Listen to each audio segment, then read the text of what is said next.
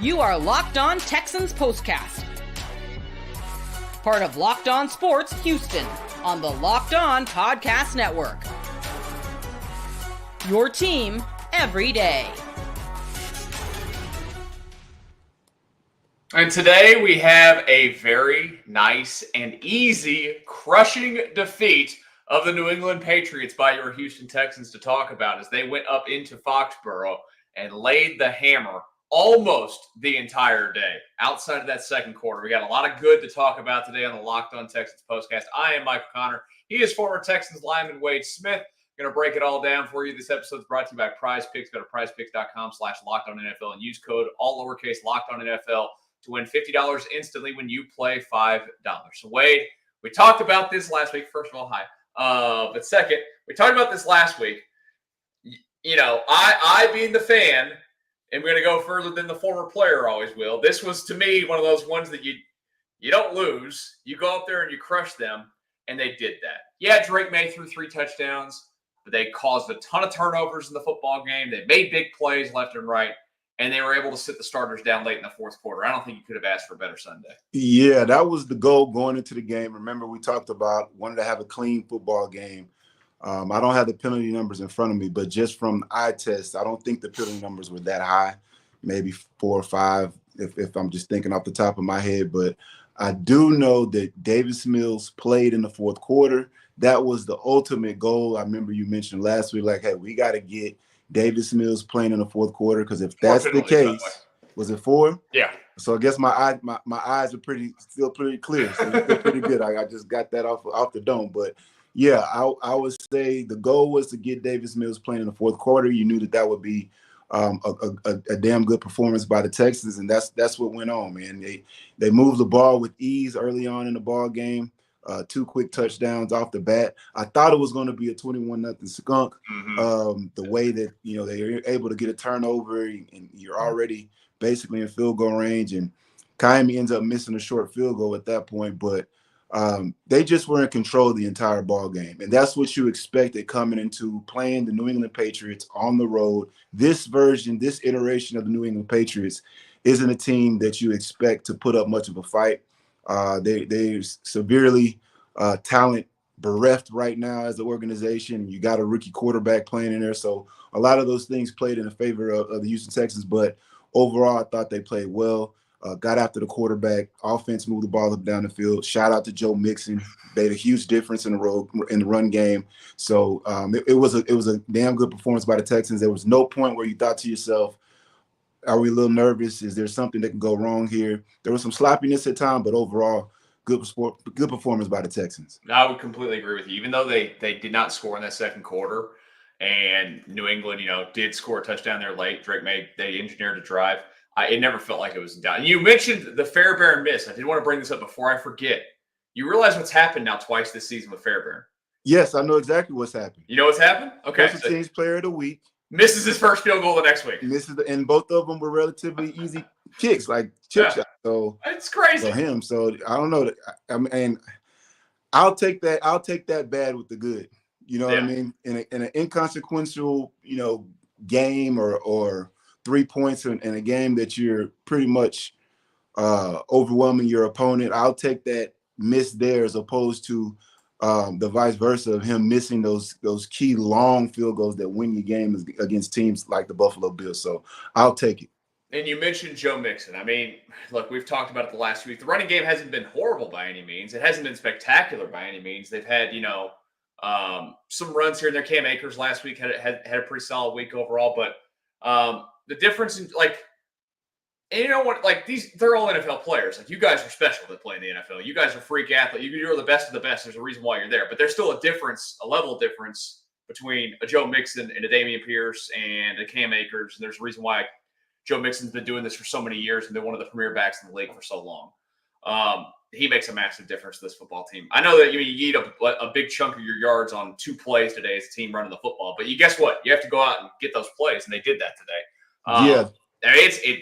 They're a different. It feels like if they have him out there. I know that we've had the conversation last few weeks that they're leaving points on the field, they're leaving stuff on the field. I think having Joe Mixon is going to be what's going to be the biggest difference of not leaving stuff on the field consistently.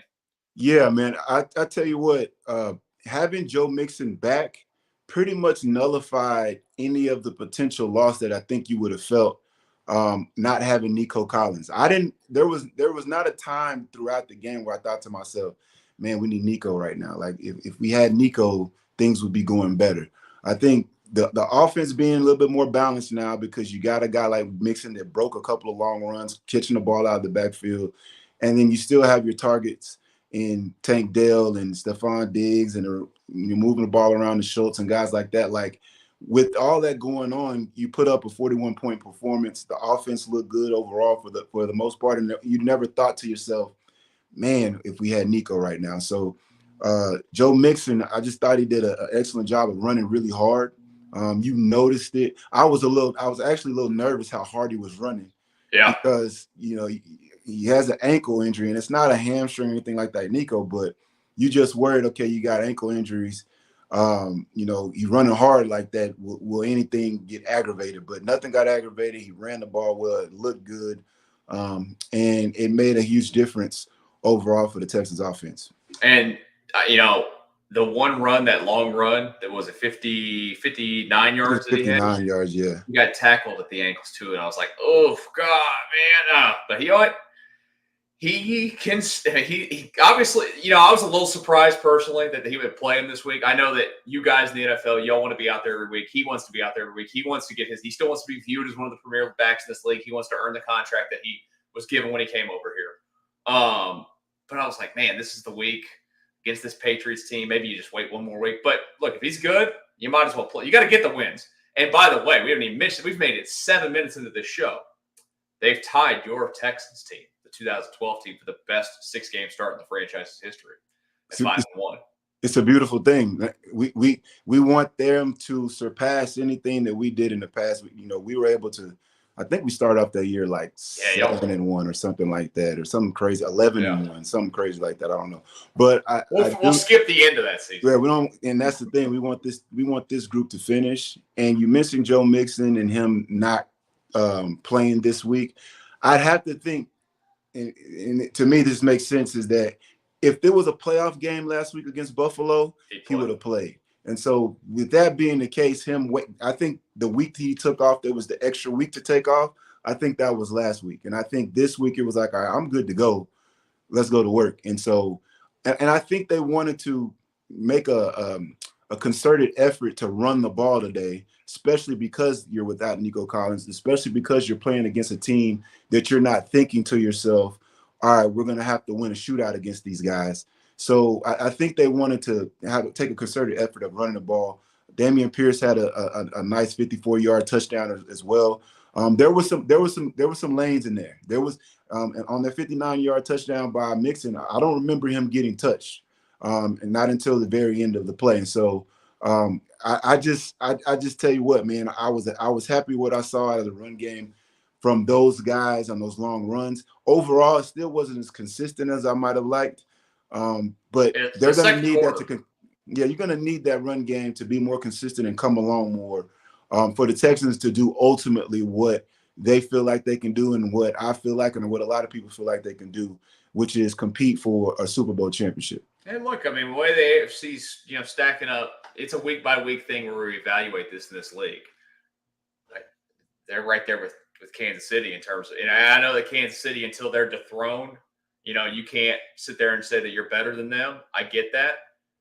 They haven't looked like unbelievable to me. I don't think anybody's looked at unbelievable in the AFC at this point of the season. Yeah, you look at the Chiefs, you're looking at them and saying to yourself, you are impressed by their defense way more than you're impressed by what they're doing offensively. Yeah. They're still trying to figure things out offensively. And so, if they ever do figure it out offensively, then to me, they start to look like that juggernaut that you're used to them seeing. But I think offensively, I think defensively, they've looked very impressive. And so for them to make a Super Bowl run, they're going to have both of their sides of the ball playing at a top level. And right now, you're not really seeing that. So they look beatable. Right now, the Texans, I love what I saw today out of Will Anderson, had 3 sacks. This game was tailor-made for the pass rush to get busy. You start off fast. You get 2 touchdowns early on in the game. You're playing against a rookie quarterback, so you're playing with a lead. And it showed in the actual production by the defensive line as much as they got after the quarterback. So you saw guys like Will Anderson get the 3 sacks. That's the type of stuff you're going to need from the Texans for them to be having those serious conversations about being a Super Bowl contender. Hey, are we getting a pass rush? Are we stopping the run? Like I thought they did a good job of stopping the run again today.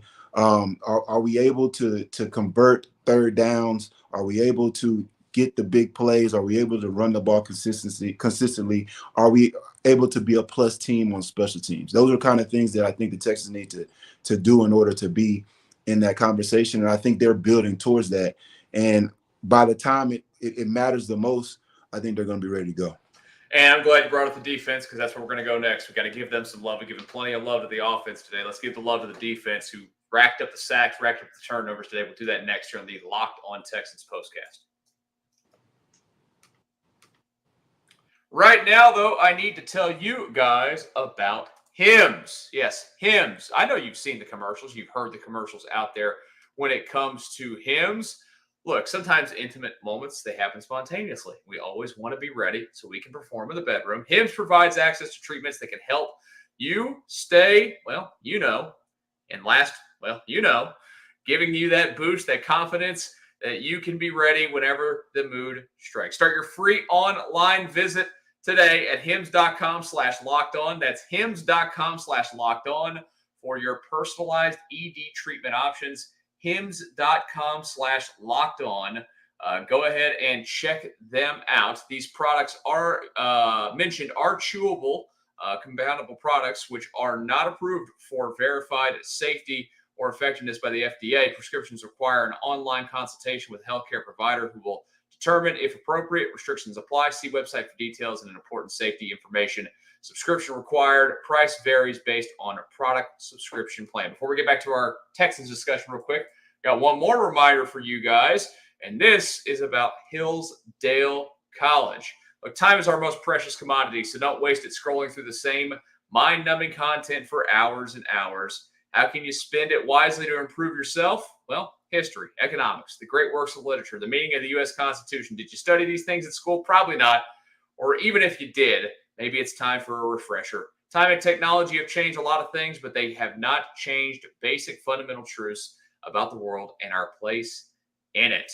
Of course, you can check out Hills College by going to online.hillsdale.edu/courses. Again, go right now to hillsdale.edu/lockedon to enroll. There's no cost, and it's easy to get started. That's hillsdale.edu/lockedon to register. hillsdale.edu/lockedon.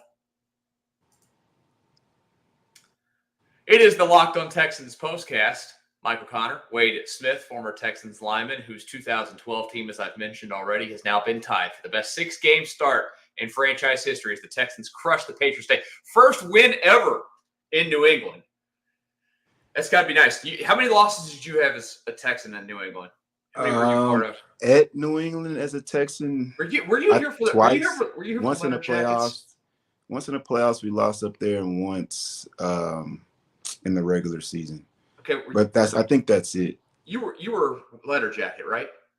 Yeah, for sure. I was definitely part of that. Okay. How was that? Did that bug you at all? Like the way that people always went back to that?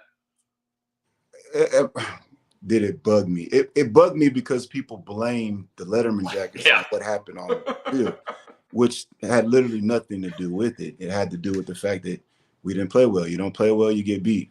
You don't take advantage of opportunities, you get beat.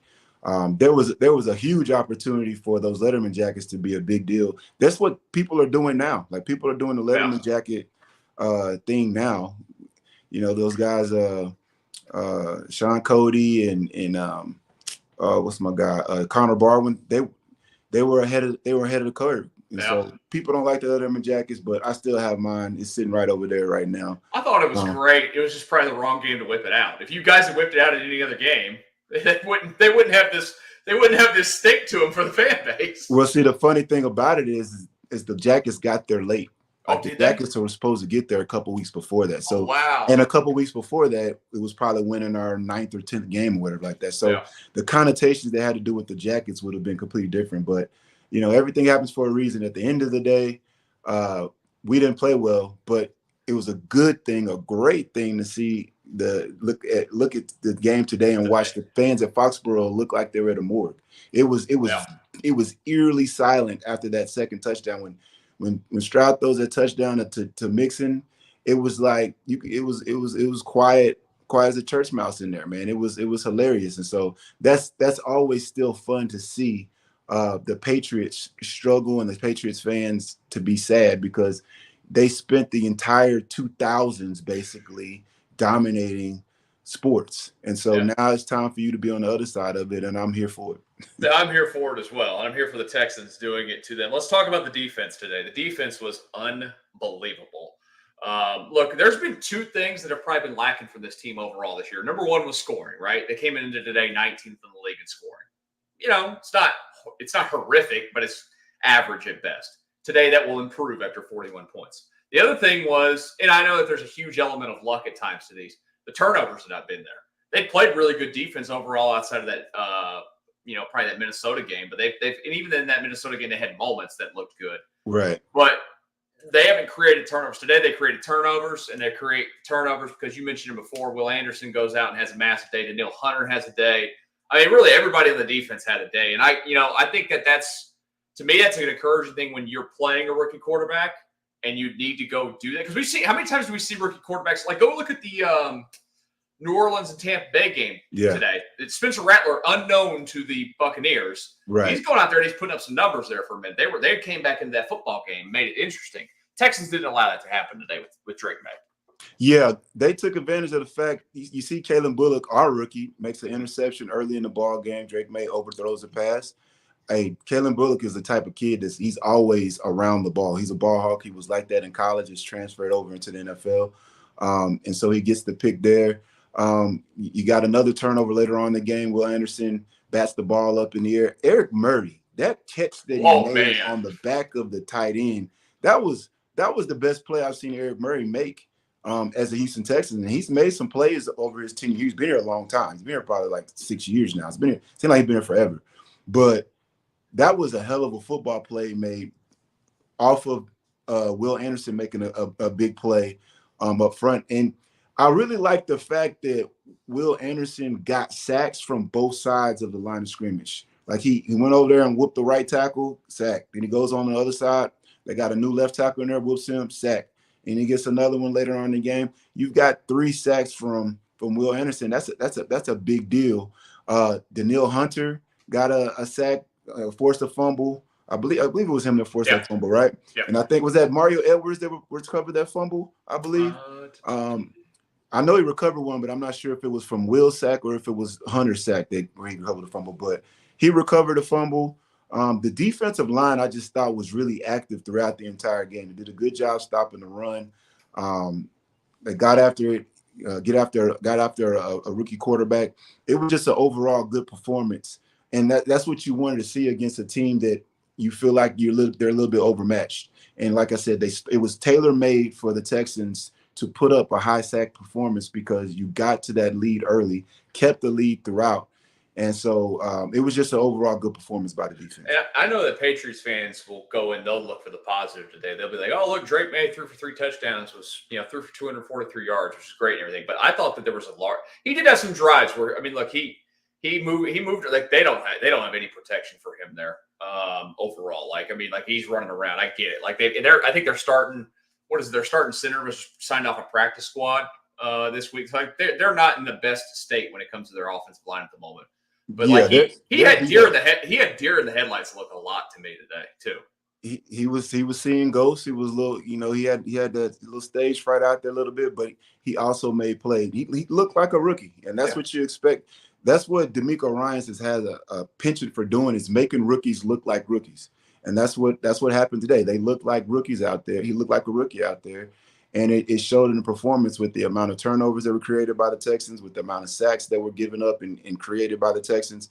And so I just thought that the Texans did what they're supposed to do, and that's what good teams do. That's what contenders do. They beat up on teams that aren't as good as them. I thought that there was a propensity for the Texans to kind of play down to their opponent, and they did not do that today. And so for you to not play down to your opponent, to me, that's taking a step in the right direction of proving and being who you feel like that you really are. And so I just thought that was a good job by the Texans. They're going to come back home here. We'll preview it in a few minutes.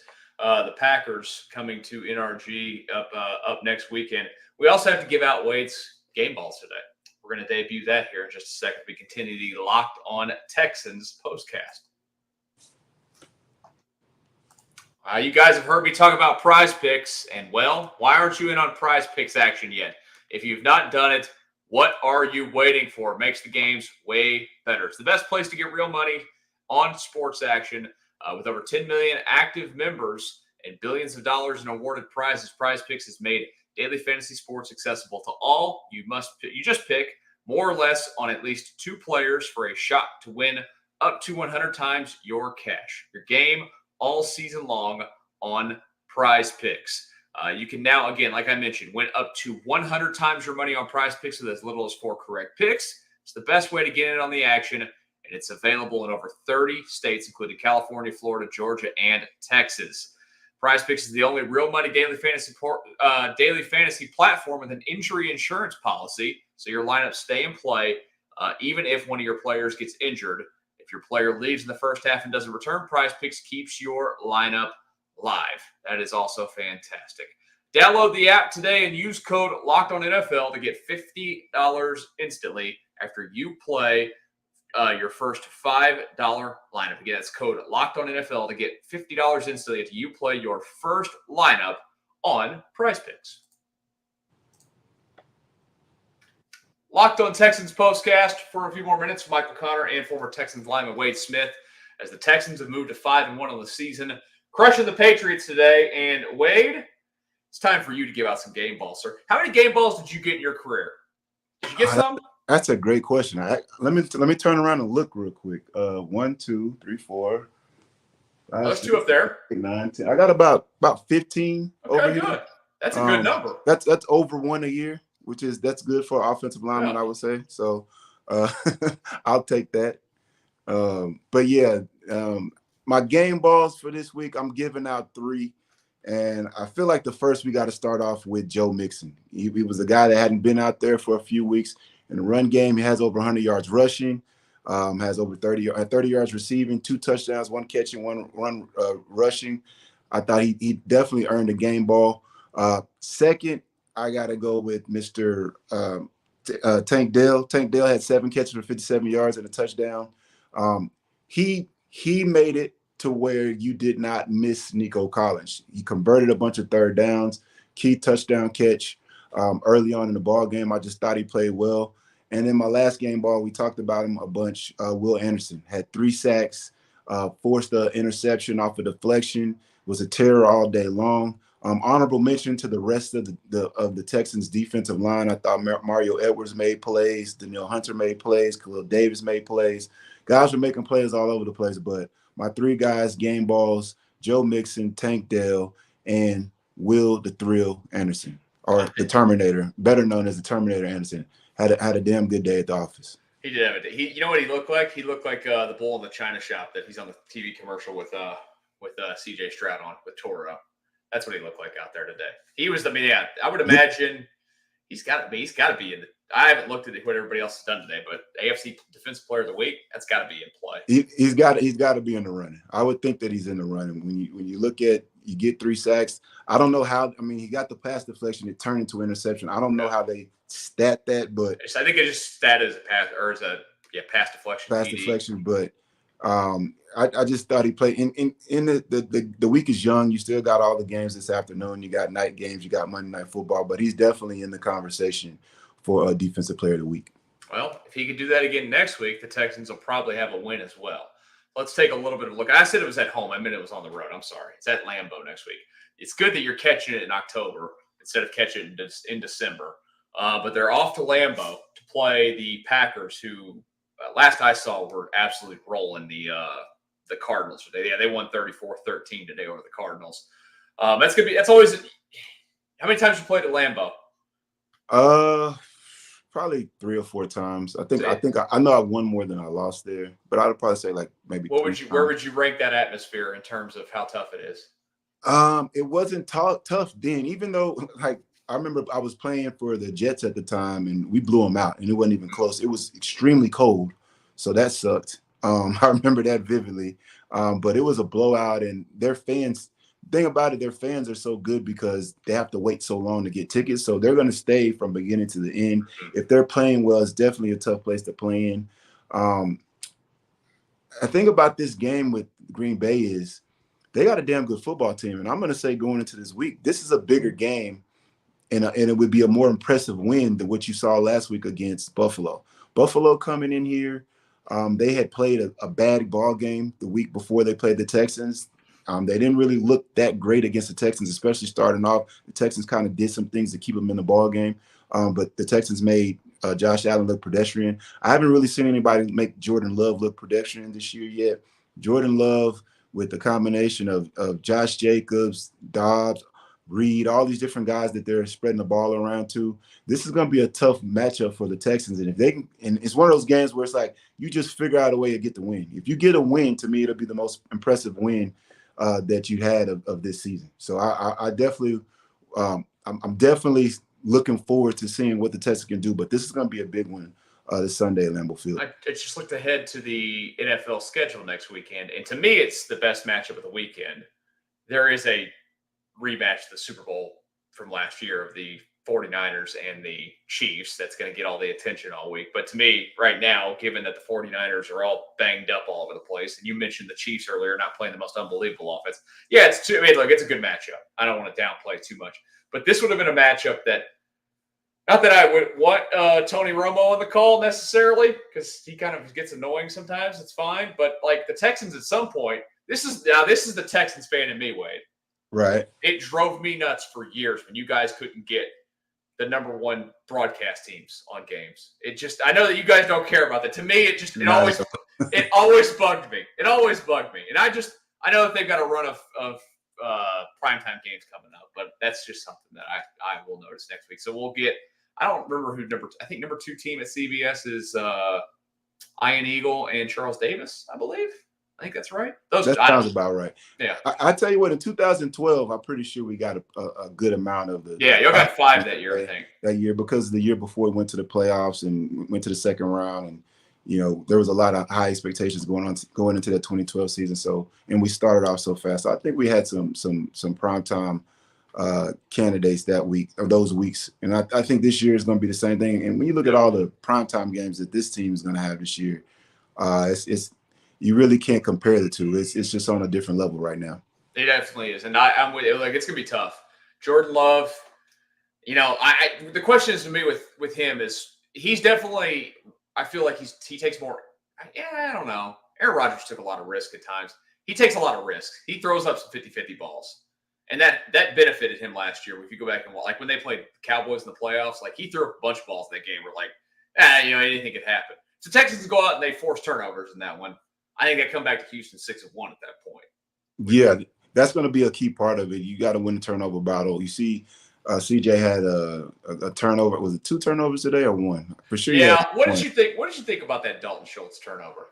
I thought it should have been a touchdown as opposed to a pick. Did you think at all that if CJ had I know you could say this now. If he had a tad bit more on that football, maybe it guarantees the catch.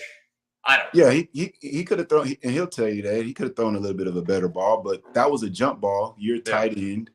You're going against a DB. You're a bigger guy. Go up and high point the ball. If you see when he went up to catch the ball, his hands were kind of in his chest. They weren't above his head. You got to reach up and go snag that ball. And so Schultz got to make that play. And like I said, it turns from a touchdown reception for Schultz into a pick for the Patriots, and it keeps them in the ball game. And so you want to put people away when you have a chance to put them away. It didn't end up affecting the Texans. I mean, I think that might have been the drive after they scored a touchdown and ended up being 14-7. Yeah. It might have been, or it might have been a drive. Yeah. But either way it goes, when you have an opportunity to go up by 3 touchdowns, you got to go make the play. So like I said, I think the ball was thrown well enough for Schultz to make a play on it and to make that play. He didn't, and it turned into a turnover for the Patriots. But this week, you want to win that battle with the Packers, especially on the road. You're on the road. You want to play clean football. I was really happy with the fact that the Texans only had 4 penalties today. They had a snap that was early that was a little sloppy, but besides that, they played a much cleaner ball game. You got to take that momentum of playing clean football into Lambeau Field, win the turnover battle, and then just be yourselves offensively, be yourselves defensively. I think you come out with a W. And the one thing before we get out of here that we'll mention too, Tunsil today with the ankle. That's not the most exciting thing in the world to, have to be dealing with that as a left tackle. Yeah, you get Titus Howard back this week. You had Blake Fisher play last week. You get Howard back, and then you lose Tunsil. So Blake Fisher is a guy that has a little bit of experience, but you want to have your all-pro left tackle playing at full strength, as close as you can to full strength, if possible, especially in a big game like that. So hopefully he's not missing too much time, and if he missed that game, that Blake Fisher, he's going to have to be ready to go because it's going to be a big one. Yeah, and I was just looking to see if there was anything that was put out there from the post-game press conferences. To this point, nothing on Tunsil. So maybe that's a good sign. Maybe that, there's nothing too serious with him and that you can see him back out there next week. Well, Wade, as always, it's been a great time. I can't wait to do it again next week. I think we're going to be talking about another win. Maybe I'm getting cocky as a Texans fan. I don't care. That's fine. Hey, that's what happens when they go out there and win ball games and they do things they're supposed to do. You get a little cocky, you get a little confidence, a little arrogance. You just don't want to be. You don't want to take it to the level to where you're a turd. You don't want to take it that far. You won't get that out of me. Okay. I'm not a Cowboys fan. I have friends that are Cowboys fans. There But you go. They're going to go out there. They're going to make life miserable for people. I'll keep it objective. There you go. All right, Wade. Appreciate it as always. Thank you guys watching today. Make sure you hit the subscribe button if you're watching this later as well. We always appreciate you guys. The numbers have been great so far in these videos. It is always fun. This channel's been a little quiet, by the way. We've not been around much. We've got some time off. Once the Rockets regular season starts, we'll have Rockets games on this channel as well. Cougars will be back next week, and we'll have them. And, of course, Wade and I here for the Locked On Texans Postcast. So I will talk to you guys again next weekend for Cougars football on the Locked On Sports Houston page. Y'all enjoy the rest of your Sunday.